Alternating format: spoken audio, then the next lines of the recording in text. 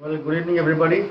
Welcome to the Wednesday evening prayer service of the Gospel Assembly Church, Pune. I'd like to welcome all you saints that have joined us here in this Facebook live streaming. It's once again, it's good to be in touch with the saints of God, be in touch with God's people, and I believe the Lord's been good to us even in these trying situations. The Lord has been mindful of all of us, we can say. The Lord's not left us alone, but the Lord has helped us in every possible way. He's kept us safe from this pandemic that is going around us and sweeping the whole world. It's lifting up his fangs once again in few countries in Europe and the United States. The second wave is, they say, worse than the first wave. But we know that the Lord is in control of everything, of every situation, and we need to pray for the saints of God throughout the body of Christ. The Lord protects each and every one of His child as He's done. Yes, it's sad to know that we've lost some of the precious saints of God, some of the ministers in the body of Christ, but the Lord's been faithful. Good is the will of the Lord, and we'll continue to pray for each and every one of His children.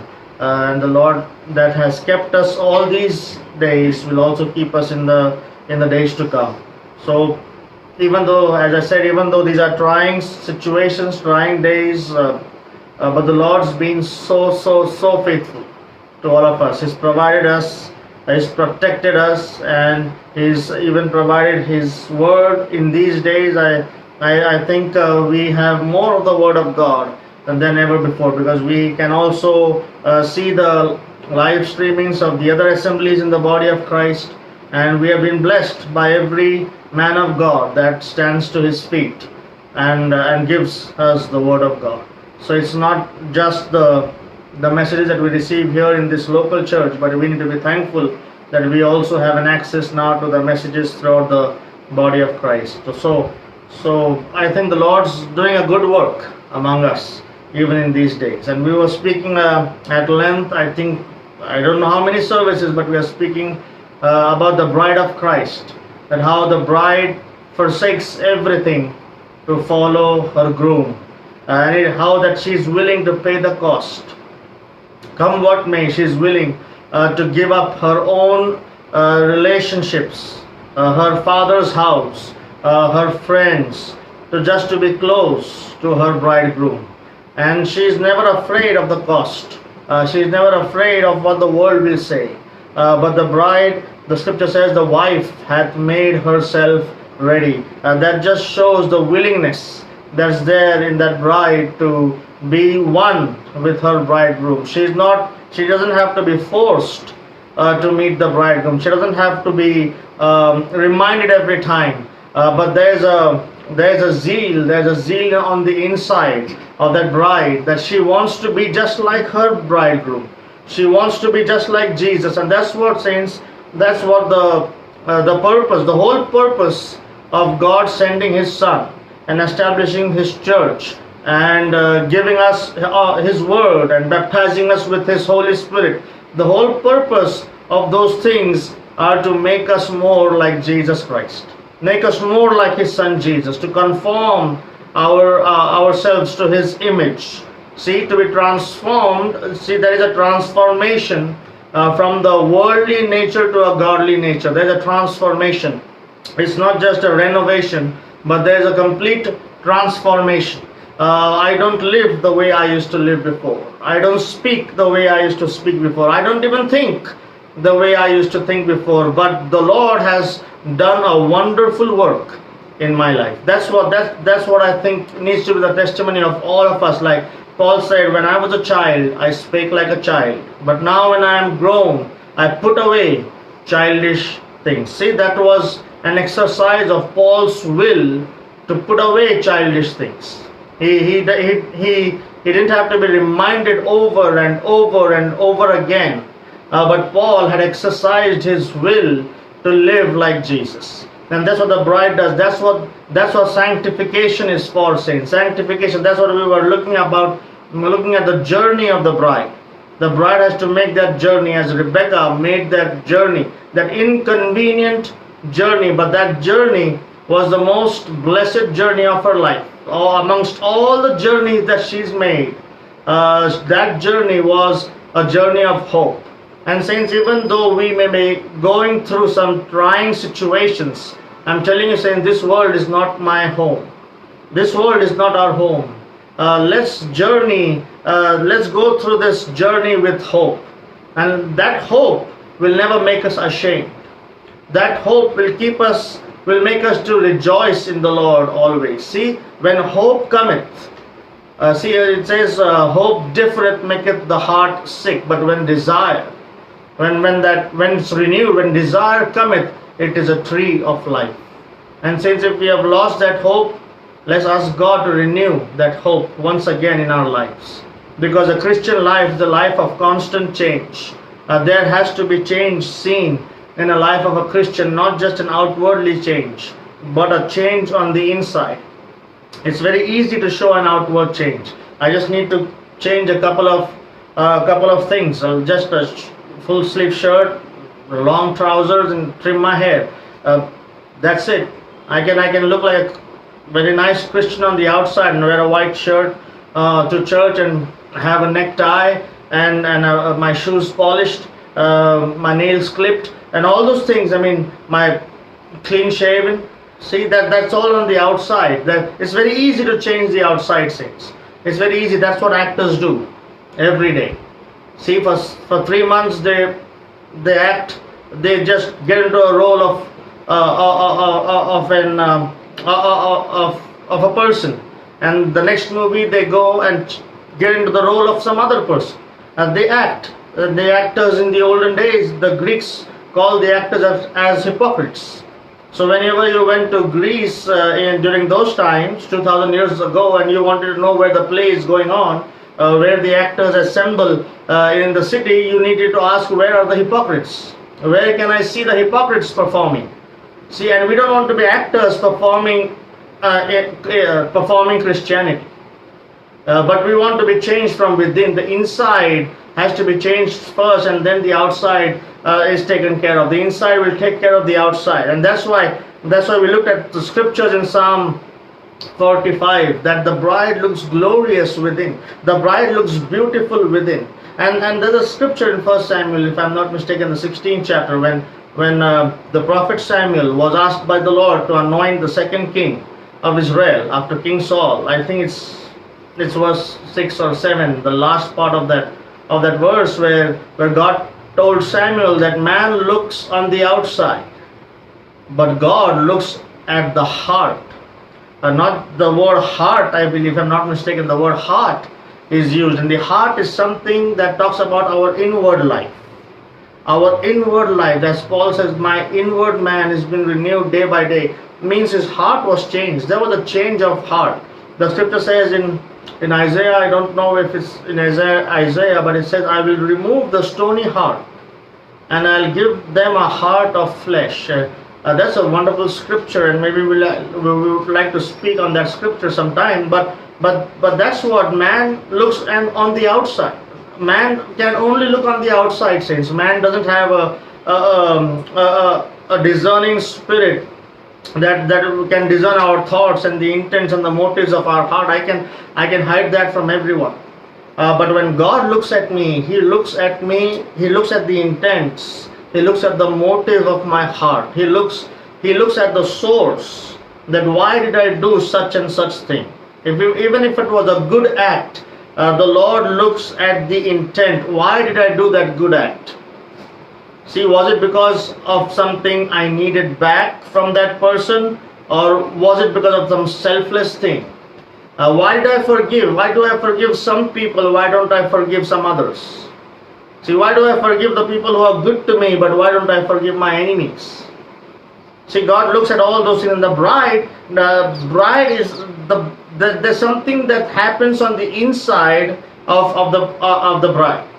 See, when God looks at the inside, and the bride, there's one thing about the bride, saying they don't care what the people think about them. They don't care. That's a very distinctive character of the bride of Christ. They are not concerned about people's opinion. Yes, they are concerned about the opinions of the man of God that they sit under.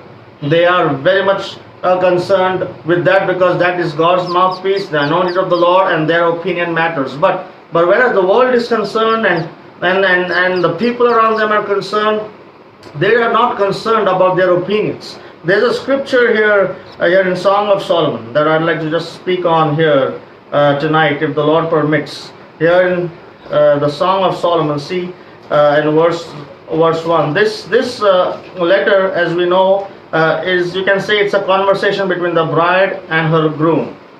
See, it's a conversation between the bride and her groom, and there are a lot of metaphors used in this letter. It doesn't, when the words are used, it doesn't mean those literal words, but there's a intimacy between the bride and her groom, and the language is a symbolic language, and there are quite a few metaphors that are used here in this book. But I would not like to go through the whole book, but a couple of verses maybe. But as I was saying, the bride, they are not concerned about what people think. They are only interested in the opinion of Jesus. The opinion of Jesus is what matters the most. They don't try to justify themselves. They don't try to justify or change people's mind, or try to show people that they were right but they were wrongly accused. See, people, I think Jesus condemned the Pharisees, because this was a very, very prominent characteristic of the Pharisees. They say, Jesus said that you want to justify yourself before men. And he says God doesn't like it. God doesn't like people who justify themselves always, who justify their sinful behavior, sinful conduct, who justify their getting angry and getting upset, who justify, oh, I did this because of that, I did this, I reacted like that because of this. There's a lot of justification, and the bride never justifies. David never justified his misconduct when he was confronted by the prophet. Saul, you can see on the other hand, justified himself every time. Every time. See, and here in Song of Solomon, the first chapter and verse 4 onward, it says, draw me, we will run after thee. The king hath brought me into his chambers. It's always the king now who brings us insights. It's always the king. The first step, the initiation of our salvation, the author is the King of Kings. That's the Lord. He hath brought me into his chambers. We will be glad and rejoice in thee. We will remember thy love more than wine. The upright love thee. And verse 5, it says, I am black, but comely. See the but comely, and it says, O ye daughters of Jerusalem, as the tents of Kedar, as the curtains of Solomon. Verse 6, look not upon me because I am black. See, the people that observed her looked down upon her because of her blackness, and the bride is not ashamed of this. See, when it says black, it's not just the physical color, the physical appearance, but this scripture means that the bride is not attractive on the outside. The bride is not attractive on the outside. The bride members, we need to understand, the bride members are also sinners saved by grace. The bride doesn't come down as angels. They are born sinners. They go through their journey, they go through their sanctification, and then they are awaiting their glorification. They were predestined, they were called, they were justified, they go through sanctification, and then they are waiting for their glorification even today. The ones that have gone before us are still waiting to be glorified when Jesus comes back and picks up his bride before the great tribulation. So the bride members are also sinners. We need to understand they are also sinners. They have gone through their share of trials. Keep your finger in Song of Solomon, but here in Revelation, let me check that scripture. Revelation 14. Yes, Revelation 14 and verse 3. It says, and they sung as it were a new song. This is talking about the 144,000 that stood on the Mount Zion. They sung as it were a new song before the throne and before the four beasts and the elders. And no man could learn that song. They learned that song on their journey, saints. As they were journeying to meet their bridegroom, they learned that heavenly song. That song is the song of the Lamb and the song of Moses. And they not only learned that song, when the scripture says they learned that song, it means they implemented the word of God in their lives. The learning wasn't just relegated here. The learnings came down in their heart, and their heart was transformed. Their minds were transformed. Their lives were changed. And that's what it means when they learned that song. But the 144,000 could sing that song. And the last part of verse 3 says, they were redeemed from the earth. See, they didn't come down from heaven. They were sinners saved by grace. That means that they needed to be saved. They were not born saved. They needed to be saved. They needed to be justified. They were born again. They were baptized in water. They were baptized with the Holy Spirit. See, they were sanctified. They went through their process of sanctification. They journeyed in their life. And they were not perfect when the Lord called them. Because it says they were redeemed from the earth. The next verse again, verse 4 says, these were redeemed from among men, being the first fruits. They were redeemed. They were bought back. They were also belonging to the Satan once upon a time, but the strong man was bound, and they were redeemed. They were bought back, and they lived their lives in conformity to their redemption. See, that's what they understand, that they are sinners. They themselves are sinners saved by grace. They have gone through their share of trials and sufferings. They have bore when they were falsely accused. They have taken the offenses in the right spirit. See, and all these things make her black, as to say. That's what the scripture means. All the share of her trials, all the vicissitudes of life, all the trials and the troubles that she goes through, it somewhat makes her black on the outside. It makes her a little unattractive on the outside. And also because of their own failures and sins that they have, their own fallen nature that they have. And that's why they sorrow. They don't sorrow because people have ill-treated them. They sorrow because they still have not overcome. That's the quality of the bride of Christ. We need to understand. They don't sorrow. When they cry, when they are praying, they're not crying because somebody mistreated them or ill-treated them or spoke rudely to them or they were insulted. They don't care about all those things. They cry to the Lord is because when they see how wretched they themselves are. And when they saying somebody said that sorrow blackens. Sorrow blackens. That doesn't mean our color turns black. No. But as Jeremiah wasn't it who said in the Lamentation that I have seen the rod of his affliction upon me. Jeremiah was that man, a young teenager, in his late teens, who was called by the Lord, and he says, I have seen the rod of his affliction.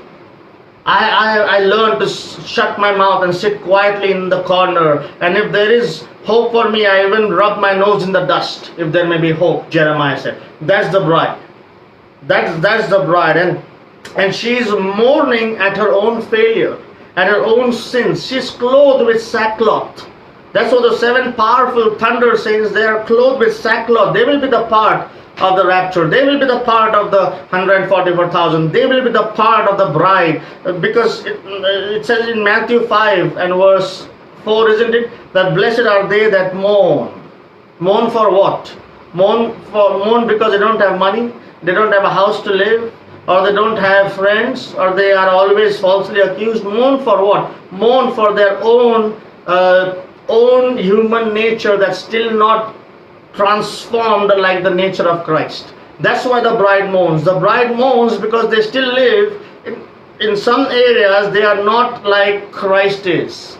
They are not transformed completely, but they still have a little bit. They still have some areas in their lives that are still not in line with Jesus. That's why they mourn, and that mourning makes them black. Let's come back to the Song of Solomon, chapter 1 and verse 5. I am black but comely. The comely means it says I am unattractive but I am beautiful. See that paradox there? I am unattractive on the outside but I am comely, I am beautiful on the inside. That's how the bride is. They are unattracted to the world, but to the redeemed, to the ones who are to the spiritual ones, they look attractive even on the outside.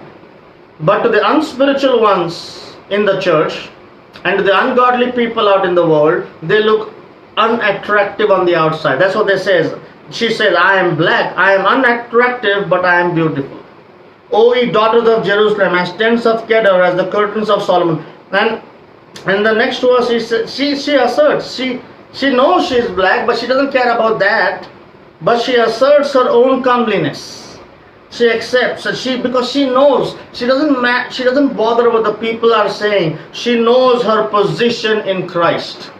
The bride always knows how valuable they are to Christ. That's why she says, I am comely. She knows her position as the client. She says, I am as black as the tents of Kedar. Kedar were the tents in which the shepherds lived in those times. They looked very weathered on the outside. They were not whitened, but they were when they were pitched out in the wilderness because of the weather and all the things that they weathered. The tents always were rough, very coarse on the outside. And the shepherds lived inside. They were very discolored on the outside. But she says, I am comely as the curtains of Solomon. From within, she was like Solomon's palace from inside. See, the bride becomes, and we need to understand that the bride, as they go through the trials and the afflictions, they become black because of all those trials and afflictions, but they become comely in patience. The trial of your faith will produce patience. The bride becomes black because of trials and afflictions, but they become comely in patience. They become black in the eyes of men, but comely in the eyes of Jesus. They look black outwardly, but they are all glorious within. See the Psalms I've written here, Psalms chapter 45 and verse 13. The bride, the queen, looks glorious within. It's all glorious within. See, she's glorious. The God himself loves the smell of the spirit of the bride. The bride, you can just look at them, saints. You can look at their behavior, you can look at their life, and you can just see a sweetness. The trials and the afflictions doesn't make them bitter. When people ignore them, they don't become bitter. They don't justify themselves, and they don't have to prove that how hurt they were because of some things that they went through. They don't even bring that topic up. That's a Pharisee. That Pharisee is far away from being the bride. But the bride is so sweet. The spirit is something different. You don't see those kind of people on this earth. Very few. Very few. And it says in verse 6, look not upon me because I am black, because the sun hath looked upon me. See, we need to understand, before I come to verse 6, but here even Paul talks, we'll come back to first Song of Solomon chapter 1. But Paul here in 2 Corinthians chapter 12, 2 Corinthians chapter 12 and verse 10. Now this is Paul the apostle, the greatest apostle that lived on this earth. And he says in verse 10 to the church at Corinth, he says, therefore I take pleasure in infirmities, that means in weaknesses, in reproaches that comes from outside, in necessities, my needs are not met sometimes, in persecutions when he was afflicted, in distresses for Christ's sake. For when I am weak, when I am black, then am I strong, then am I comely. See that? When I am black from the outside, I am comely from the inside. The bride, and we need to understand, the bride is black because of all the sufferings that she goes through, because of all the storms that she weathers in her life, and still keeps the right spirit. And that's what she says in verse 6. Look not upon me because I am black, because the sun hath looked upon me. My mother's children were angry with me. They made me the keeper of the vineyards, but my own vineyard have I not kept. She got that blackness because of the heat of the day. She said, the sun looked upon me. She was scorched, you can say. She was scorched with tribulation.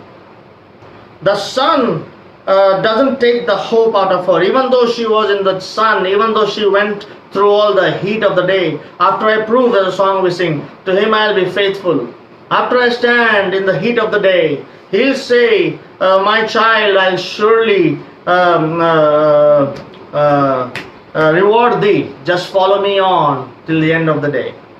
After I prove, to him I'll be faithful. See, the bride, she when it says the sun hath looked upon me, it means she was scorched with tribulation. But when the sun is looking upon her, when she is scorched with that heat, she doesn't lose hope from inside. She doesn't become hard. So the same, somebody said, I don't know who that man was, but he says the same sun that hardens the clay, it melts the wax.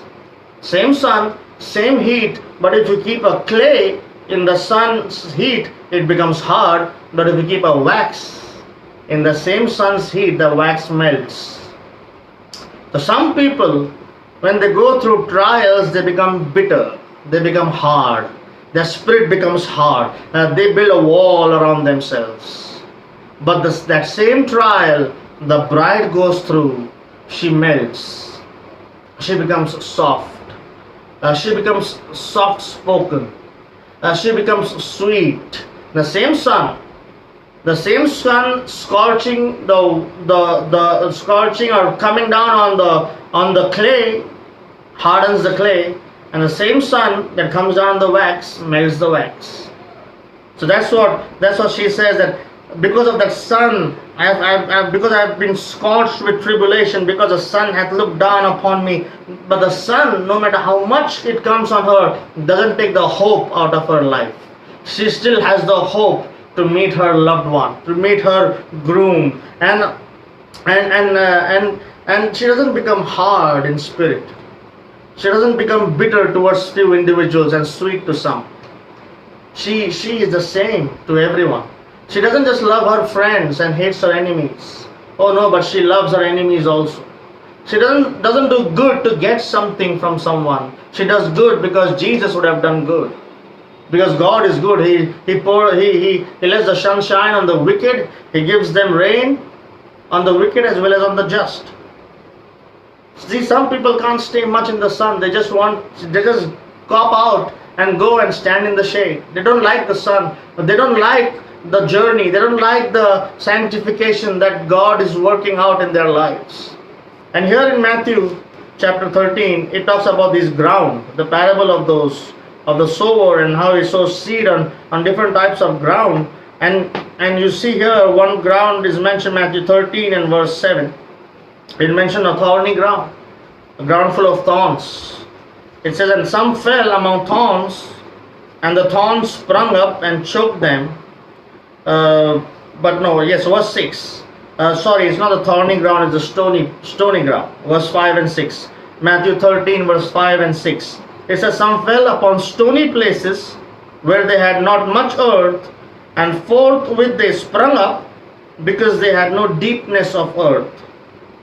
Verse 6. And when the sun was up, see, when the sun fell on them and the scorching heat came up, they were scorched.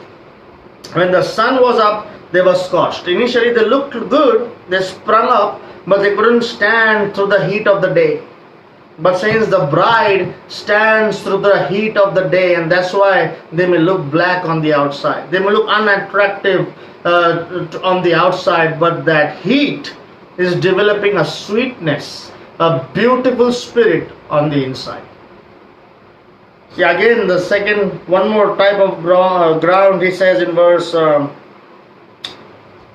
20. Again, it talks about the stony place, the same ground. But he that received the seed into stony places, the same is he that heareth the word, and anon with joy receiveth it. Yet he had not root in himself, but endureth for a while. For when tribulation, when the sun becomes strong, when tribulation or persecution ariseth because of the word, by and by he is offended. So, but since the bride is good ground on the inside, and because the bride is good ground within, it doesn't look good on the outside. The bride is not, it doesn't look good on the outside and is stony within. Oh no, but her within has changed. That stony heart has been removed and a heart of flesh has been given to her. And now there's good ground on the inside. And though the sun may come and scorch that ground, but the Holy Spirit waters that ground. See, the Holy Spirit waters that ground. And there's that plant that just springs up. And slowly by slowly, it grows up and then bears fruit. And by her fruit, you shall know. You shall know the bride by her fruit. Since if we are the bride, we will manifest the fruit of the Spirit. We will manifest the fruit in Galatians 5. And that fruit comes from inside. You sometimes you try to hang some fruits outside. See? I try to hang a fruit of patience outside. So I am patient for 2 days, 3 days, 1 week, 2 weeks. But as that fruit falls off, I again become angry and upset and I lose my temper. Because I just tried to hang a fruit on the outside. But when that fruit comes from the inside, it's there to stay. It stays. And the fruit of the Spirit is it comes from inside. It's glorious within. It's from the inside. And that's what the bride looks glorious within. She is unattractive, but she is beautiful. She is unattractive on the outside, but she is beautiful on the inside. I hope we are gripped by these things. Let's not care what the people or what our neighbors or what other so-called Christians think about us. Let's have our hearts and minds on what Jesus, our bridegroom, thinks about us. What would Jesus say? What will be his words? Will he say when he looks at me that well done thou good and faithful servant? Or will he say, get away, you worker of iniquity, I never knew you? What would be the response? What would be Jesus' words when we meet him? And when will we meet him? The scripture says when we meet him, we'll be like him. Whatever little of that self remains, when we see Jesus, his grace will even take that off. See, no one even when we die, since no one dies complete in the sense complete. Oh no, but the grace of God that's why it's called grace. Like we get grace marks when a student is about to fail and he has 1 or 2 marks, and the teacher just gives that student grace marks and just makes that student pass in that subject. Grace will complete us in the resurrection. Grace will complete whatever little is lacking, because that bride has gone through the scorching sun and she didn't give up. She didn't throw up. She didn't leave working in the vineyard, but she was there. She stayed in the vine where she was grafted. She stayed. And that's what the bride is always called, faithful. Faithful. The bride is faithful. She's not just the called and the chosen, but she is also called faithful.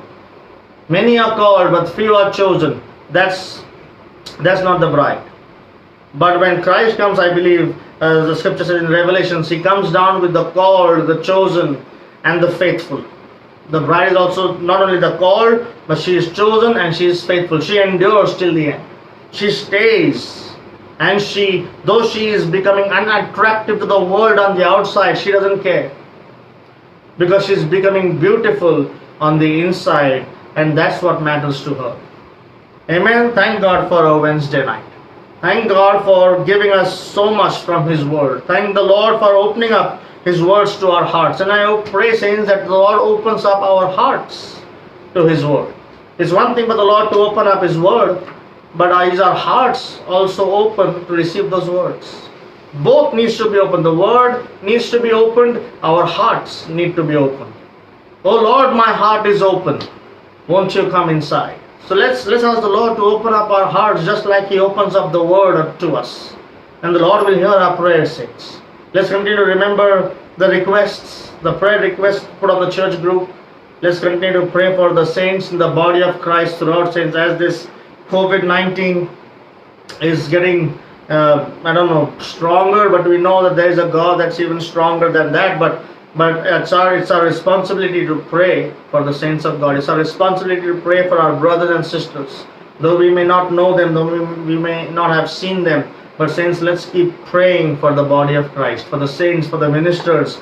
And the Lord helps the ministry to give us words that will keep us sane in these insane days that we are living in.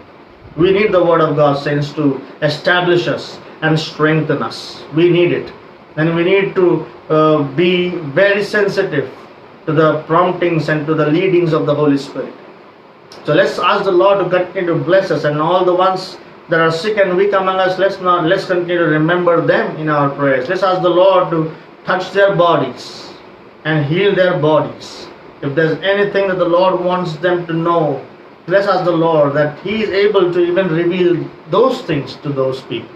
So let's commit each and every one of us in the hands of the Lord, and let's pray for the Wednesday evening services throughout the body of Christ. Let's not forget to pray for the work that is going on in the sanctuary. It's going on pretty well.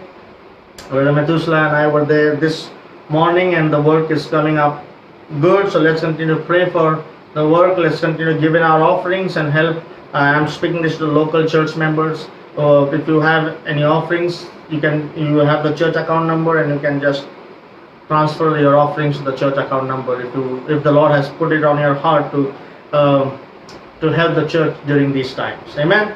Let's continue to pray for the work that's going on in the sanctuary also, and let's not forget to pray for Brother and Sister Senji too. Let's remember them also in our prayers. Amen.